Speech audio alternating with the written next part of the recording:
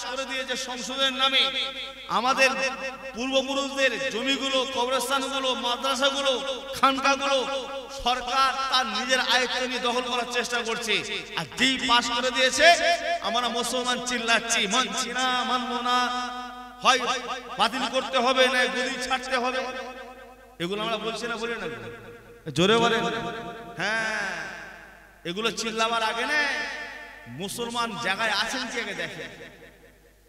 এগুলো চিল্লাবার আগে মুসলমান জায়গা আছে কি দেখেন। আজকে আমাদের উপর যা অত্যাচার হচ্ছে, যা জুলুম হচ্ছে, এই সমস্ত টোটাল মূলে আমরা মুসলমান, আমাদের কর্মের ফল। এগুলো কথাটা ঠিক না বলবো, জোরে বলেন।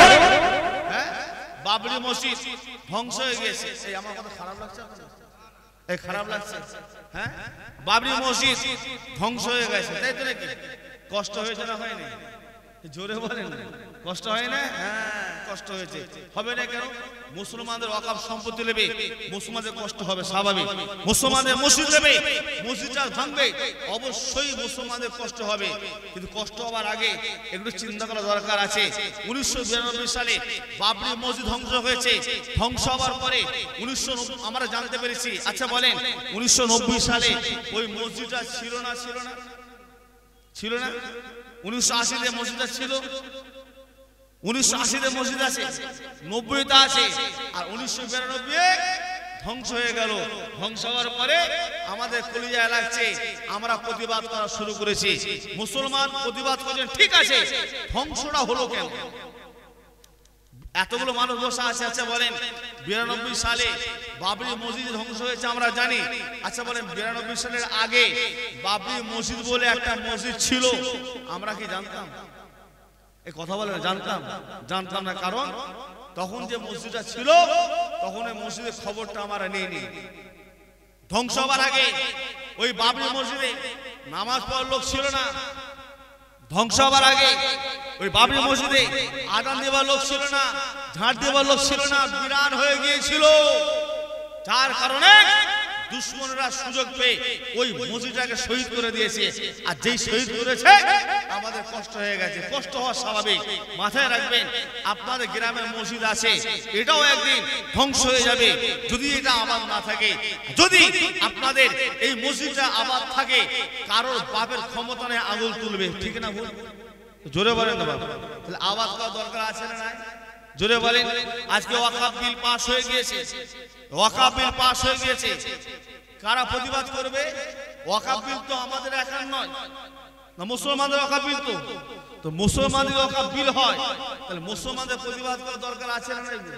জোরে বলেন, আছে। কে কোথায় নেতা হয়ে ডাকবে, তবে আপনি যাবেন, তাহলে হয়ে গেল তো। হ্যাঁ, পাড়ার লোকের মেয়ের হাত টানলে আপনার মেয়ের তো হাত টানে নেই, কথা বলার দরকার কি আছে? আর যখন নিজেরটা টানবে তখন দেখবেন আপনি চিল্লাচ্ছেন, এটা আমার মেয়ে, এটা আমার বউ। তাহলে মসজিদের ওয়াকফ এগুলো আমার না আমাদের? জোরে বলেন, আর জোরে বলেন। আমাদের। আমাদের যখন ওয়াকফ, তাহলে আমাদের প্রতিবাদ করার দরকার আছে। যেখানে প্রতিবাদ করছে আলহামদুলিল্লাহ, খুশির খবর করছে। সময় পেলে কেন আপনাদের আমাদের সেই জায়গায় হাজির দেওয়ার দরকার আছে, যেহেতু এটা মুসলমানদের ইমানি ব্যাপার। মসজিদ মুসলমানদের, কবরস্থান মুসলমানদের, খানকা মুসলমানদের, এই সমস্ত ধর্মীয় জিনিসগুলো মুসলমানদের। এখানে কোনো নেতা দেখার দরকার নেই, নিজেরা প্রতিবাদ করেন। যদি যেখানে হচ্ছে যান, নিজেরা প্রতিবাদ করেন, একটা করে স্টেজ করেন, স্টেজ করে প্রতিবাদে ঝড় বুড়িয়ে দেন। কেন আপনার গ্রামের লোক, আপনাদের অঞ্চলের লোক এক জায়গায় হওয়া যায় না? জোরে এক জায়গায় হওয়া যায় না? মুসলমান ওয়াকফ যখন, কোথায় কি ইমাম সাহেব ডাকবে, কোথায় কি হুজুর ডাকবে, কোথায় কি নেতা ডাকবে, অপেক্ষা বসে আছি, বসে থাকেন, যান। তার আগে নিজেরা নিজেদের ইমানের দায়িত্ব পরিচয় দিয়ে নিজেদের অঞ্চলের লোক একটা একত্রিত হয়ে একটা প্রতিবাদ করা আমাদের দরকার, ইমানি কর্তব্য। অতএব এগুলো খেয়াল করতে হবে, বুঝেছেন? যাক, যেটা বলতে বলতে আজকে চলে আসলাম। প্রথম আমাদের কি করতে হবে? নিয়তটা ঠিক রাখতে হবে। নিয়ত যদি ঠিক রাখে, আল্লাহ পাক নিয়তের বরকতের ফল আমার আল্লাহ মেলাবে। মুসলমান দেখে নাই, আল্লাহ দাদা করে পাঠিয়েছে। কি বললাম? আল্লাহ দাদা করে পাঠিয়েছে। মুসলমান কর্মের ফলে নিজেরা গাধা হয়ে বসে আছে, কর্মের ফলে নিজেরাই গাধা হয়ে বসে আছে। মাথা রাখবেন, মুসলমানদের ইমানের তেজ থাকলে কিচ্ছু লাগবে না, আল্লাহ পাক গায়বী মাদাদের সাহায্য করে দেবেন। জোরে বলা যাবে না? তা না হলে 313 জনের লড়াই করেছে মুসলমান, হাজারের সঙ্গে লড়াই করে আল্লাহ পাক ফতে দান করে দিয়েছিলেন। জোরে বলে, এমনি হয়নি, ইমানের পাওয়ার লাগবে, ইমানের পাওয়ার লাগবে। আর ইমানের পাওয়ার আমরা মুসলমানরা ধর্মটা গেলে ছেলেকারা করা শুরু করে দিয়েছি, বুঝেছেন কি নাই? নামাজ আল্লাহর হুকুম আমরা জানি, রোজা আল্লাহর হুকুম আমরা জানি, যাকাত আল্লাহর হুকুম জানি, পর্দা ফরজ আইন সেটাও জানি, মদ খাওয়া হারাম জানি, সুদ খাওয়া হারাম জানি, মেরে নেওয়া হারাম জানি, কেটে নেওয়া হারাম জানি, জিনা করা হারাম জানি। এগুলো আছে না আমাদের মধ্যে? জোরে বলেন, আছে না নাই? সবই তো আমাদের মধ্যে আছে। ভালো হয়ে যান না, সুধরে যান না, কারোর বাপের ক্ষমতা নেই মুসলমানদের মধ্যে আগুন তুলবে। কারণ মুসলমান যদি ইমানদার হয় আল্লাহ পাক গায়বী মাদদ দান করবে। কুফারের তরফ থেকে, কুফারের সঙ্গে যখন মুসলমানদের লড়াই শুরু হয়ে গিয়েছিল, মুসলমানদের হাতে না আছে তীর, না আছে তলোয়ার, না আছে বললাম কিছুই ছিল না, মুসলমানদের হাতে কিছুই ছিল না, জাবানে শুধু আমার আল্লাহর নাম ছিল, আল্লাহর নাম ছাড়া আর কিছু ছিল না। কুফারে কুরাইশের সঙ্গে যখন মুসলমান লড়াই শুরু হয়ে যায়, কুফারের তরফ থেকে একটা নয় হাজার হাজার তীর মুসলমানদেরকে ছোড়া হয়েছিল। মুসলমানরা নিরুপায় হয়ে গিয়েছে, তাদের হাতে কিছু ছিল না, জাবানে শুধু আল্লাহর নাম ছিল আর কিছু ছিল না। এই অবস্থা থেকে হযরত শাহ জালাল রহমাতুল্লাহ আলাইহি হুজুর দেখছেন কুফারের তরফ থেকে একটা নয় হাজার হাজার তীর ছোড়া হয়েছে মুসলমানদের দিকে। শাহ জালাল শাহ দেখছেন, মুসলমানের হাত দিকে তাকালেন, দেখছেন তাদের হাতে না আছে তীর, না আছে তলোয়ার, না আছে বললাম কিচ্ছু নাই, জামানে শুধু আল্লাহর নাম আছে, আল্লাহর নাম ছাড়া কিছু নাই। শাহ জালাল রহমাতুল্লাহ আলাইহি হুজুরাব্বা যখন তীরগুলো দিয়ে দেখলেন মুসলমান দিকে আসছে, হুজুরাব্বা শেষ সময় শাহাদত আঙুলটাকে নিয়ে তীরের দিকে ইশারা করে একবার আঙুলটা ঘুরিয়ে দিয়েছিলেন। ঘোরাবার সাথে সাথে যারা তীর ছুঁড়েছিল ওই তীরগুলো ঘুরে গিয়ে যারা ছুঁড়েছে তাদের সিনা ফুলে চলে গিয়েছে। জোরে বলেন, জোরে বলা যাবে না। গায়বে মাদদ করা মালিক কে? জোরে বলেন কে? আল্লাহ। আচ্ছা বলে মুসলমানের সঙ্গে আমার আল্লাহ আছে না নাই? জোরে বলেন, মুসলমানের সঙ্গে আমার আল্লাহ আছে না নাই? আছে। সারা পৃথিবীতে মুসলমানদের জুলুম হচ্ছে না হয় না? হচ্ছে। এবারে বলেন আল্লাহ দেখতে পাচ্ছেন না পারেন? সারা পৃথিবীতে মুসলমানদের জুলুম হচ্ছে, আল্লাহ সব দেখতে পাচ্ছেন, আল্লাহ মুসলমানদের সাথেই আছেন, আর মুসলমান শুধু মার খেয়েই যাচ্ছে, মার খেয়েই যাচ্ছে। বুঝতে পারছেন না? মুসলমানের সঙ্গে আমার আল্লাহ আছেন, মুসলমান আমার আল্লাহর সঙ্গে নাই, মুসলমান আমার আল্লাহর সঙ্গে নাই। নিজেরা পরিবর্তন হয়ে যান, আল্লাহ পাক গায়বী মাদদ করবেন। আমাদের উপরে গায়বী মাদদ আসা বন্ধ হয়ে গেছে আমাদের কর্মের ফলে। নিজেরা ভালো হয়ে যান। আমার দিনদার ভাইয়েরা, নেককার আল্লাহওয়ালা মুমিন মুসলমান ভাইয়েরা, আল্লাহ রাসূলের কথা মতো চলুন, নেক পথে চলুন, নেক আমল করুন, নবীর ভালোবাসা হাসিল করুন, হালাল হারাম বেঁচে খাবার চেষ্টা করুন, নাই পরিণতা নাই বুঝে হবার চেষ্টা করুন। যাই করুন না কেন আপনাকে আমাকে আমল করতে হবে, আমল ছাড়া কোনো উপায় নাই। আমি আল্লাহ পাকের কোরআনে পাক তেলাওয়াত করলাম। কোরআন পড়ে আল্লাহ পাক বলেন, হে আমার হাবিব, হে আমার রাসূল, হে আমার বন্ধু, তুমি আমার বান্দা বান্দি করে বলে দাও, যদি কোনো ব্যক্তি আমি আল্লাহকে পেতে চাই, যদি কোনো ব্যক্তি আমি আল্লাহর মহব্বত হাজির করতে চাই, তারা যেন সর্বপ্রথম তোমাকে ভালোবাসে। আল্লাহ পাক বলে আপনি ডাইরেক্ট আল্লাহকে পাবেন, আল্লাহকে পাবেন না। আল্লাহকে পেতে গেলে আমার নবীকে ধরতে হবে। ডাইরেক্ট নবীকে পাবেন না। নবীকে পেতে গেলে নবীর ওয়ারিস আলেমে হাক্কানি ধরতে হবে, তবে নবীকে পাওয়া যাবে, ডাইরেক্ট পাওয়া যাবে না। আল্লাহ পাক বলেন যদি কোনো ব্যক্তি আমি আল্লাহকে পেতে চাই, তারা যেন আমার আগে আমার হাবিবকে ভালোবাসে। কারা আমার নবীকে মহব্বত করেছে, কারা ভালোবেসেছে, সেই রকম মহব্বত ভালোবাসা আপনাকে আমাকে দেখে শুনে শিখে আমল করতে হবে। যদি আল্লাহ পাক খুশি হয়ে যান, দুনিয়া আখিরাতের বেড়া পার হয়ে যাবেন। জোরে বলেন। মূল জিনিস হচ্ছে আল্লাহর খুশি হওয়া, আল্লাহকে খুশি করা। কারা নবীকে মহব্বত করেছে, কারা ভালোবেসেছে, সেরকম মহব্বত ভালোবাসা আপনাকে আমাকে দেখে শিখতে হবে। নবী সাহাবে কেরামেরা নবীকে মহব্বত করেছেন, ভালোবেসেছেন, ভালোবাসায় জীবনটা কুরবান করে দিয়েছে। নবী সাহাবে কেরামেরা নবীকে মহব্বত করেছেন, ভালোবেসেছেন, নবীর মহব্বত ভালোবাসায় নবীর গোলামতি করার জন্য সব সময় নবীর দরবারে হাজির হয়ে থাকতেন। তা দেখে আপনাকে আমাকে শিক্ষা দিতে হবে। ভালো যদি বাঁচতে হয় আবু বকর সিদ্দিকের মতো নবীকে ভালোবাসে, ভালো যদি বাঁচতে হয় আবু বকর সিদ্দিকের চোখ নবীকে ভালোবাসে। আবু বকর সিদ্দিক নবীকে খুব মহব্বত করতেন, খুব ভালোবাসতেন। নবী আমার যখন বিদায় নেবেন আবু বকর সিদ্দিক বুঝতে পেরেছে নবী থাকবেন না, চলে যাবে, শুধু বুঝতে পেরেছে। বুঝতে পারার পর আবু বকর সিদ্দিক কাঁদছেন। সাহাবারা জিজ্ঞাসা করে আবু বকর কাঁদছে কেন, কি হয়েছে? আবু বকর সিদ্দিক কথা শুনে আবু বকর সিদ্দিক বলেছিলেন নবী আমার দুনিয়াতে বিদায় নেবেন, আমি আবু বকর বুঝতে পেরেছি, যার কারণে আমার চোখ দিয়ে পানি বার হয়ে যাচ্ছে। নবী যখন বিদায় নেবেন সাহাবারা শুনতে পেলেন আবু বকর বলছেন, সাহাবারা কাঁদছেন। নবী সান্ত্বনা দিলেন, সান্ত্বনা দিয়ে সহ্য করতে পারলেন না, নবী আস্তে আস্তে বাড়ির দিকে রওনা হয়ে গেলেন। এই যে আবু বকর সিদ্দিক কাঁদছেন, আচ্ছা আবু বকর সিদ্দিক কাঁদছেন, ওনার কাঁদনা কি ঠিক হয়েছে? একটু হানা বলেন, ঠিক হয়েছে? অবশ্যই ঠিক হয়েছে, কারণ রাসূলকে ভালোবাসেন। তবে ভাববেন না যে আমরা যেভাবে কাঁদছি আবু বকর সিদ্দিক ওইভাবে কাঁদেন, এটা ভাববেন না। সাহাবারা কাঁদতেন, সাহাবারা হাসতেন, নবীও কাঁদতেন, নবীও হাসতেন। তিনাদের হাসি কান্না কিন্তু শরীরে গণিটা পার হতো না, এত ভালোবাসতেন। নবী আমার বলেছিলেন বাবা আবু বকর হিজরত করতে হবে বাবা, একবার বলেছিলেন, দুবার নয়। আর যখন হিজরতের সময় হয় আবু বকর সিদ্দিক নবী আমার সেই সময় আবু বকর সিদ্দিকের দরজার সামনে এসে একবার মাত্র আওয়াজ দিয়েছিলেন, আবু বকর সিদ্দিক দরজা খুলে দিয়ে সাথে সাথে আল্লাহ নবীর সঙ্গে রওনা হয়ে গিয়েছিলেন। জোরে বলেন। নবী আমার বলেছিলেন বাবা আবু বকর হিজরত করতে হবে। যখন এই কথাটা বলেছিলেন নাই, বলার পর থেকে দেখা যায় আবু বকর সিদ্দিক সারা ঘুমানের, কারণ রাসূল যদি আসেন আমাকে ডাকেন, আমাকে ডাকেন, আমার যদি ঘুমটা না ভাঙে, রাসূল যদি দেরি হয়ে যায় রাসূল আমার কষ্ট পাবেন। যার কারণে আবু বকর সিদ্দিককে নবী বলেছিলেন বাবা আবু বকর হিজরত করতে হবে বাবা। সেই থেকে আবু বকর সিদ্দিক একদিনও ঘুমান না, এত ভালোবাসতেন। নবী আমার হিজরত করেছিলেন, হিজরত করার পর নবী মানা গনুকে ছিলেন, ওই গোয়ার মধ্যে অনেকগুলো গর্ত ছিল। হয়তো আবু বকর সিদ্দিক প্রত্যেকটা গর্ত পাড়েছে মোজা ছিলেন, একটা গর্ত বড় ছিল, মুজাতে পারলেন না, পা দিয়ে টিপে ধরেছিলেন। গত মাত্রা সাপ ছিল, আবু বকর দংশন করছিল। আবু বকর সিদ্দিক সাপের কামড়কে সহ্য করেছিলেন, নড়াচড়া করতে চাইছিলেন না।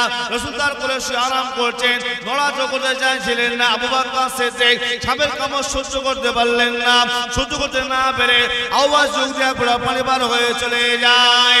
ওই চোখের পানিটা আল্লাহর বিচার মনে পড়ে গিয়েছিল, আল্লাহ বেগুনটা ভেঙে গেছে। ভেবে মা জিজ্ঞাসা করেছিলেন বাবা আবু বকর তুমি কাঁদছো কেন, বলো তোমার কি হয়েছে, কাঁদছো কেন বলো।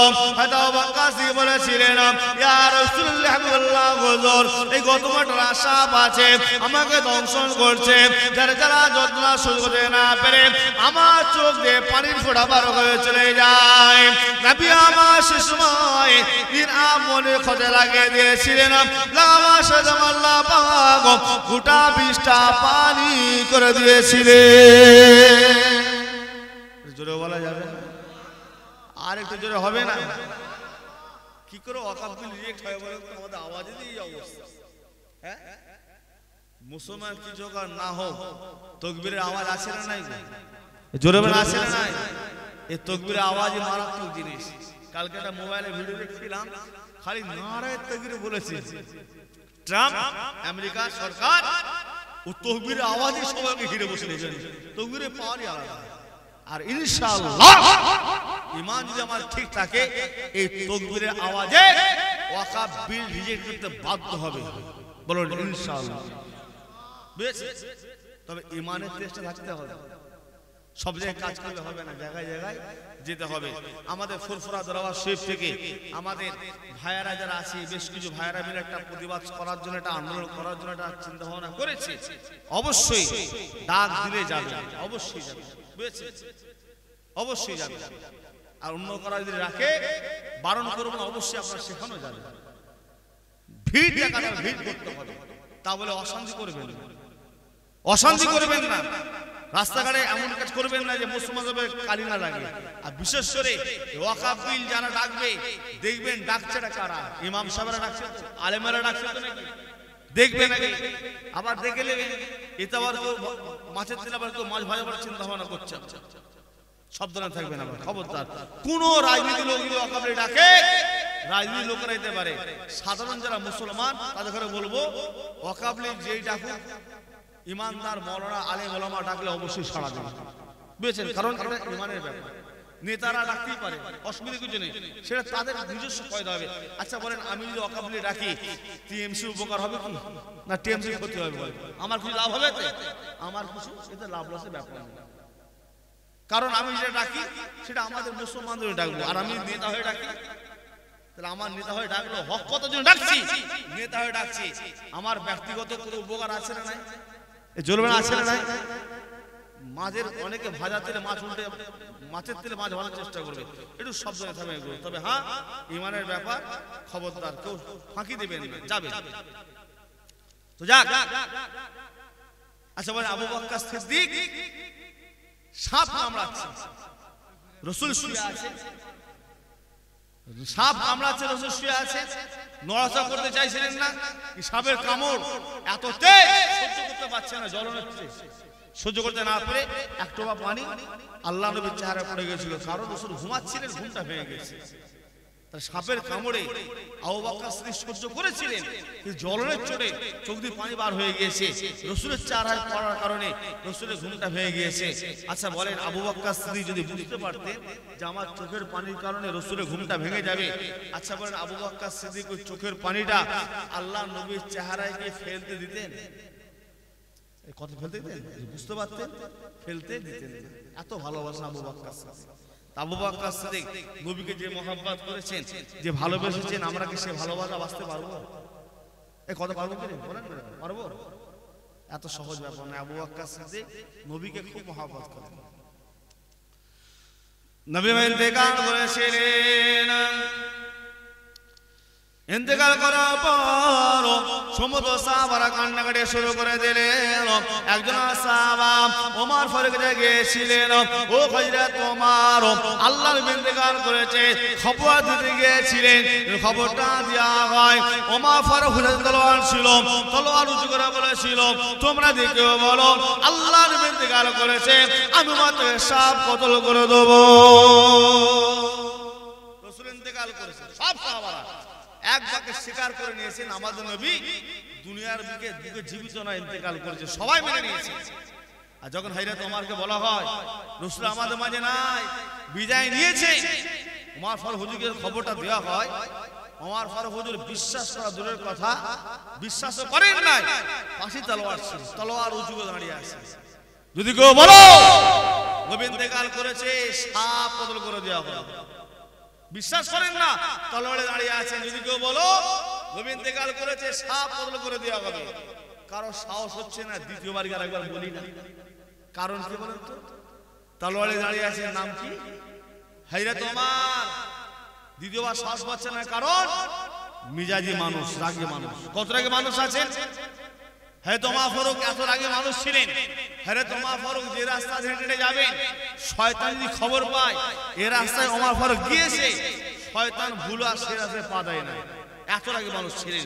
সেই ধরনের রাগী মানুষ তলোয়ারে দাঁড়িয়ে আছেন উঁচু করে, আর বলছেন তোমরা যদি কেউ বলো নবী ইন্তেকাল করেছে, সাপ কতল করে দেওয়া হবে।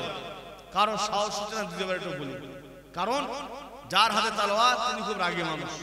অবশ্যই হযরত ওমর ফারুক রাগী, কথাটা ঠিক। তাহলে আমরাও রাগী আর হযরত ওমর ফারুক রাগী, দুটো কি এক হবে? দুটো কি এক হবে? আমরা রাগী না, আমরা কি বলেন তো, আমরা হচ্ছে আনাড়ি। আর ওমর ফারুক উনি রাগী নন, উনি হচ্ছেন জালালি। আমরা হলাম আনাড়ি আর হযরত ওমর ফারুক জালালি। যেখানে হক সেখানে ওমর ফারুকের আওয়াজ, যেখানে নাই সেখানে ওমর ফারুকের আওয়াজ। আর হকের প্রতি ওমর ফারুক জালালি ছিলেন বলে হযরত ওমর ফারুক হুজুর আপনার তিনার খিলাফতকালে তিনি একা গোটা পৃথিবীর মধ্যে একা অর্ধেক পৃথিবীতে খিলাফতি করেছেন। জোরে বলে, জোরে বলা যাবে না। সারা পৃথিবী মানে যাতায়াত ব্যাপার নাকি? হ্যাঁ, আমাদের ভারত, বাংলাদেশ আর পাকিস্তান নিয়ে পাগলা হয়ে যাচ্ছি আমরা। হ্যাঁ, আর ওমর ফারুক গোটা পৃথিবীর মধ্যে একা অর্ধেক পৃথিবীতে খেলাফতি করেছে। যাতায়াত ব্যাপার নাকি? কি করে করলেন? হকের পথে ছিলেন, ন্যায়ের পথে ছিলেন। আর সাদা কি ছিল বলেন তো? আল্লাহর কোরআনের আইন ছিল। আর আল্লাহর কোরআনের আইন ছিল বলে ওমর ফারুক হকের প্রতি জ্বালানি ছিলেন বলে হুজুরের জামানায় খেলাফত কালে একা গোটা পৃথিবীতে অর্ধেক পৃথিবীতে খেলাফতি করেছিলেন। জোরে বলা যাবে না? আর জোরে বলা যাবে না? আমরা একটা বাংলা ভাষায় বলি, নেতা হতে গেলে ওমর ফারুকের মতো হও। এ কথাটা বলি না? বলি না? কথা বলি তো নাকি? আচ্ছা ভাই, হায়রে ওমর ফারুকের মতো নেতাকে হতে পারবে? যেভাবে চুপচাপ বসা যায় মনে হচ্ছে দিন রাত ওমর ফারুক জন্ম নেই গ্রামে। হ্যাঁ, এই ওমর ফারুকের মতো নেতাকে হতে পারবে? এই কথা বলেন পারবে? পারবে না। তার মানে কি ওমর ফারুকের মতো নেতা হও, এই কথাটা বলাটা হচ্ছে আমাদের জন্য বিয়াদবি। কেউ হতে পারবে না। তবে হ্যাঁ, সারা পৃথিবীতে, ভারত নয় সারা পৃথিবীতে যত নেতা আছে, চারানা বলেন, আটানা বলেন, বারানা বলেন, খুচরো খাচরা যত নেতা আছে সবাই মিলে ওমর ফারুককে ভাঙিয়ে ভেঙে খেয়েছে। কিভাবে? ওমর নেতা হতে গেলে ওমর ফারুক মতো হও, ওমর ফারুক এই করেছেন, ওমর ফারুক সেই করেছেন, ওমর ফারুক এই করেছেন সেই করেছেন, হাবি যাবি ওমর ফারুকের বর্ণনা বয়ে যাচ্ছে। কারণ আমার মতো নেতা, চারনা নেতা নেতা হও, ওমর ফারুককে ভাঙিয়ে ভাঙিয়ে নেতা হয়ে গেলাম।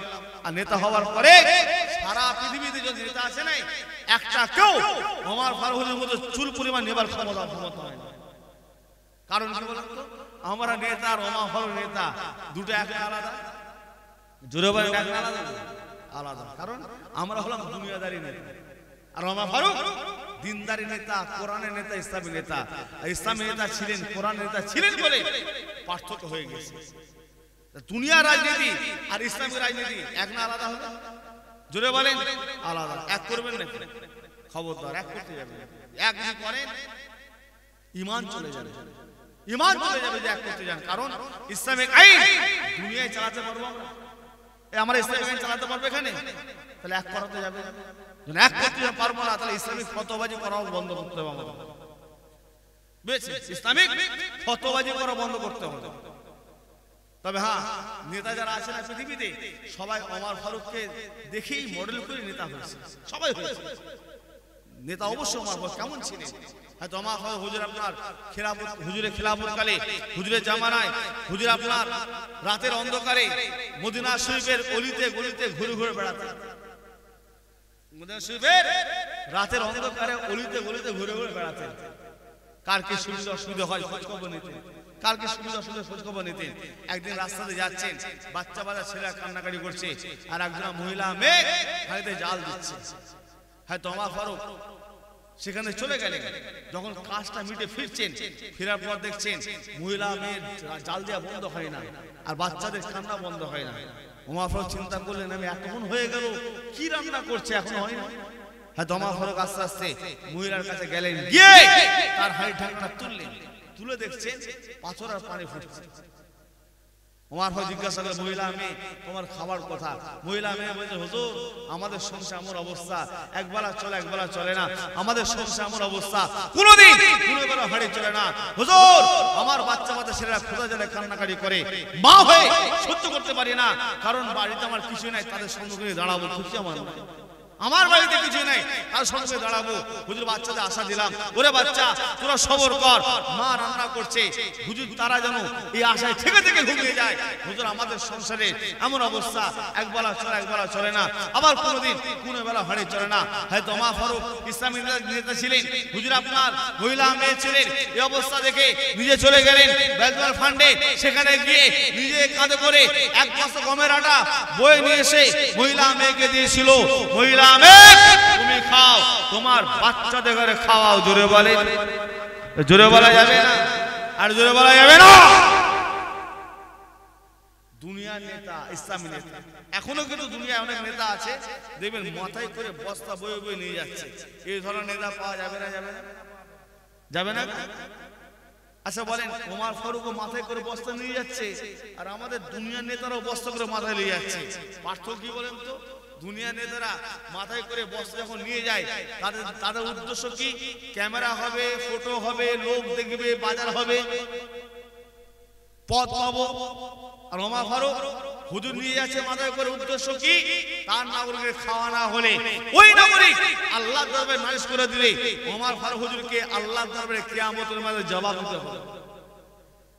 যার কারণে নিজে কাঁধে করে বস্তা নিয়ে গিয়েছে। আমাদের নেতাদের কথা বলে লাভ নাই, ওমর ফারুক হুজুরের কথা বলি। হুজুর আপনার ঈদের দিন নতুন কাপড় পরবে, নতুন কাপড় পরবে। স্ত্রী চিঠি লিখেছিলেন বাচ্চাদের কাপড় কিনে দেন। ওমর ফারুক প্রধানমন্ত্রী, রাষ্ট্র নেতা, পকেটে 1 পয়সা নেই। হ্যাঁ, অর্থমন্ত্রীকে চিঠি করলেন, এক কাজ করেন না, যে 1 মাসের অগ্রিম আমাকে মাইনেটা দিয়ে দেন। হ্যাঁ, মাইনে চাইছে অগ্রিম, 1 মাস অগ্রিম মাইনেটা দিয়ে দেন।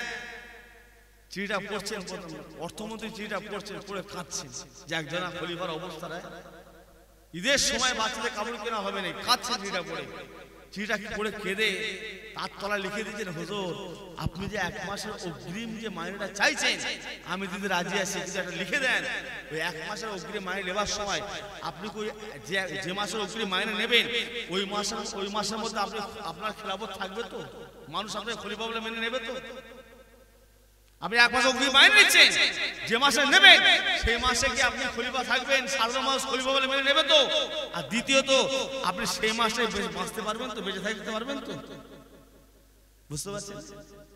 1 মাস অগ্রিম মাইনে আপনি ওই মাসটা নিচ্ছেন, সেই মাসে বেঁচে থাকবেন তো?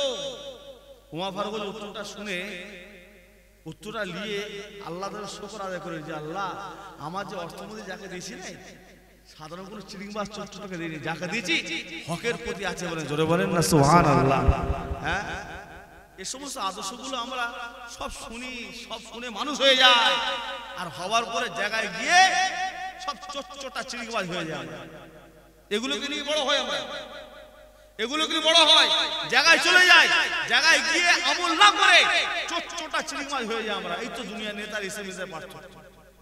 ওমর ফারুক হুজুর আপনার একদিন রাস্তা দিয়ে যাচ্ছেন, হুজুর আপনার সম্মেলনে যাবেন, সম্মেলনে যেতে গেলে সেখানে আপনার উঠে করে যাবেন। ওমর ফারুক উঠে পিঠে বসে আছেন, আর একজন লাগাম টেনে নিয়ে যাচ্ছে। ওমর ফারুক হুজুর বেশ ছুটে যাবার পরে যে লাগাম ধরে নিয়ে যাচ্ছেন তাকে বললেন দাঁড়াও, তিনি দাঁড়িয়ে গেলেন। ওমর ফারুক হুজুর উঠতে নামলেন, নিয়ে বললেন বাবা তুমি একটু চাপো, আমি একটু টেনে নিয়ে যাই। লাগাম ধানেওয়ালা মানুষ বলেছে হুজুর আপনি হলেন আমাদের খলিফা, আর আপনি হলেন আমাদের নেতা, আর আপনি টানবেন আমি চাপবো, এটা হতে পারে না হুজুর, কোনো অসুবিধা নাই, আপনি চাপেন, আমি একাই টেনে নিয়ে যাচ্ছি। ওমর ফারুক বললেন না বাবা তুমি একটু চাপবে, আমি একটু টানবো, আমি একটু চাপবো, তুমি একটু টানবে, এইরকম করে করে আমরা জায়গায় চলে যাই। তা না হলে তুমি একটু বেশি চাপবে, আমি একটু কম চাপবো, আমি একটু বেশি চাপবো, তুমি একটু কম চাপবে, কিয়ামতের ময়দানে আল্লাহকে জমা দিতে হবে। লাগাম ধরনেওয়ালা মানুষ বলে হুজুর অসুবিধা নাই, আপনি চাপেন না, আমার কোনো অসুবিধা নেই, আমি নিয়ে যাচ্ছি। ওমর ফারুক ছাড়লেন না। ওমর ফারুক হুজুর উটের লাগাম ধরনেওয়ালা মানুষকে উটের পিঠে বসিয়ে ওমর ফারুক হুজুর লাগাম ধরে ধরে নিয়ে যাচ্ছে। একবার ওমর ফারুক চাপেন, লাগাম ধরনেওয়ালা মানুষ টেনে নিয়ে যাচ্ছে, আবার ওমর ফারুক লাগাম টানছেন, লাগাম ধরনেওয়ালা মানুষ উটের পিঠে বসে আছে, এইভাবে যাচ্ছে। এখন যেই জায়গায় সম্মেলন হওয়ার কথা, যেই জায়গায় পৌঁছাবার কথা, সেই জায়গায় টানার পালা পড়েছে হযরত ওমর ফারুক। তারা কেউ জানে না আমাদের খলিফাটা কেমন, তারা জানে আমাদের খলিফা ওমর। হযরত ওমর ফারুক লম্বা না ছোট, মোটা না রোগা, তারা তো দেখেনি। তারা জানে আমাদের খলিফা ওমর ফারুক। নিশ্চয়ই যিনি উটের পিঠে বসে আছেন উনি হয়তো খলিফা হবেন, সম্মান দিচ্ছেন। ওই সময় উটের লাগাম ধরনেওয়ালা মানুষ বলেছিলেন আমি তোমাদের খলিফা নই গো, হয় দেখো তোমাদের খলিফা উটের লাগাম ধরে ধরে নিয়ে যাচ্ছে। জোরে বলা যাবে না, জোরে বলা যাবে না। নেতা হতে গেলে ওমর ফারুককে মডেল সবাই করে, হতে আর কেউ পারে না, এক চুল কেউ নিতে পারে না। হ্যাঁ, ওমর ফারুক হুজুর আপনার মদিনা মসজিদ নবাবে শরীফে খুতবা দিচ্ছে, সাধারণ নাগরিক মাঝখানে দাঁড়িয়ে বললেন ওমর আপনার খুতবা দেওয়ার অধিকার নাই, আপনি এক্ষুনি মেম্বার থেকে নেমে পড়েন। হ্যাঁ, ওমর ফারুক নামবেন না, নামবেন না, কথা বলেন, নামবেন না, নামবেন না, নামবেন কেন বলেন তো? দুনিয়া নেতা নয় তো, অন্তর আল্লাহর ভয় আছে তো নাকি? তার দেশে নাকি অসুখ হতে পারে না অন্তর আল্লাহর ভয় আছে, কিয়ামতের ভয় আছে, জবাব দিতে হবে। আর অন্তরে এত ভয় ছিল, হয়তো ওমর ফারুক আল্লাহকে ভয় করতেন, আল্লাহর ভয়ে কাঁদতেন, কাঁদতে কাঁদতে বলেছিলেন যে আল্লাহ ওমরকে যদি কাট করে পাঠাতো, জ্বালিয়ে পুড়ে ছারখার করে দেওয়া হতো, আল্লাহ ওমরকে যদি খড় করে পাঠাতো, ফাঁসি দেওয়া হতো। হয়তো ওমর ফারুক আল্লাহকে এত ভয় করেছিলেন, আল্লাহর ভয়ে এত কথা কেঁদেছিলেন। হুজুর আপনারা কেঁদে কেঁদে হুজুরের চোখ দিয়ে পানি গড়িয়ে গড়িয়ে গালের মধ্যে একটা শ্যাতলার দাগ পড়ে গিয়েছিল, এত কথা কেঁদেছিলেন। শ্যাতলা বোঝেন? শ্যাতলা বোঝেন? বোঝেন তো নাকি? ছোটবেলায় কি কলে কাঁচা ফাঁচা খাননি নাকি? কাঁচা খাননি ছোটবেলায়? হ্যাঁ, শ্যাতলা কাকে বলে? পানি গড়িয়ে গড়িয়ে একটা শ্যাতলা স্লিপ ভাব হয়ে যায়। অনেকে ছোটবেলায় কাঁচা খেয়েছে, বড় হয়ে গিয়ে সবটা হয়ে গেছে অনেকে। আচ্ছা বলেন, ওই যে কলেজে পানিতে শ্যাতলা জমে, কত পানি গড়ালে জমে বলেন তো? কত পানি গড়ালে জমে বলেন তো? পানি অনেক গড়াতে হয়, মাসকে মাস, বছরকে বছর পানি গড়াতে হয়, তবে দেখবেন ওই সানের উপরে শ্যাতলা পড়ে গিয়ে স্লিপ হয়ে গিয়েছে। এবার হিসাব করেন, আরে ওমর ফারুক এত কথা কেঁদেছেন, উনার চোখ দিয়ে পানি গড়িয়ে গড়িয়ে গালের মধ্যে শ্যাতলা দাগ পড়ে গিয়েছে। হ্যাঁ, কি কাঁদা কাছে বলেন তো? কারা জানে না?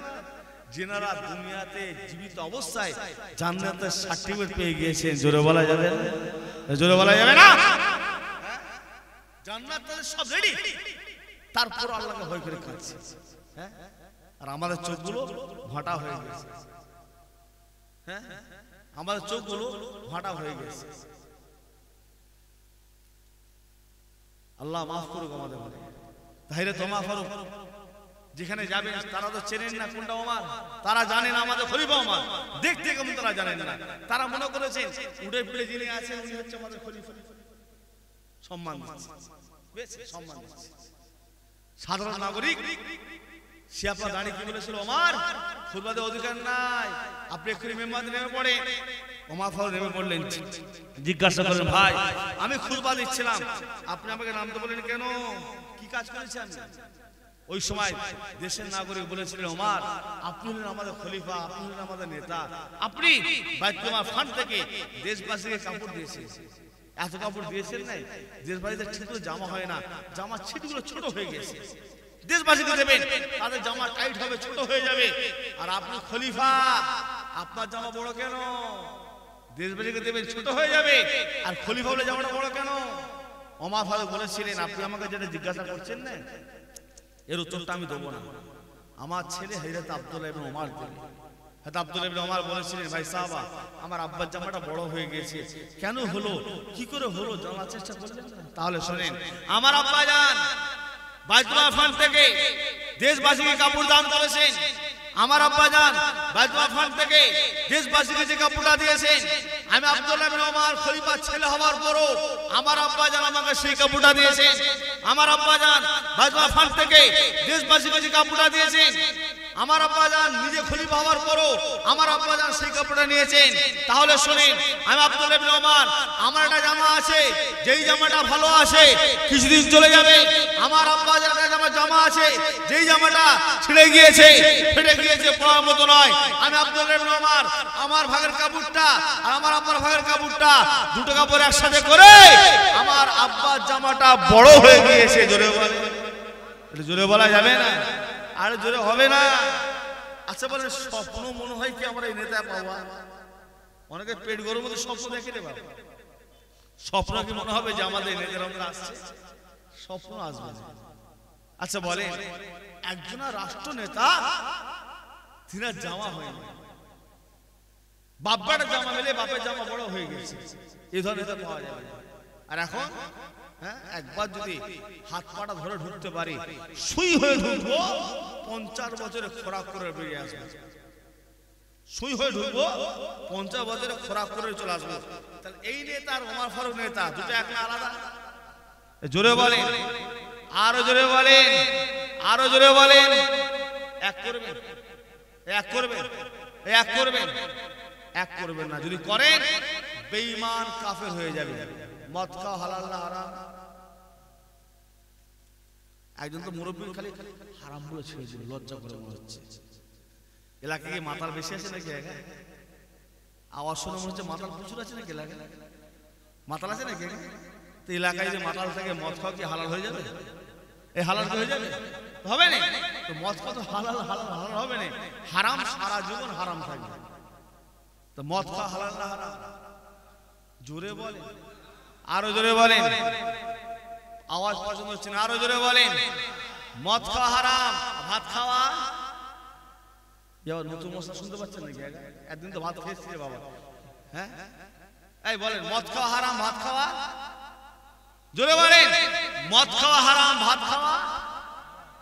হ্যাঁ, মদ খাওয়া হালাল বলা যাবে না? হারাম নাকি তাহলে বলা যাবে না? মদ খাওয়া হারাম, ভাত খাওয়া ওটা হারাম না হালাল?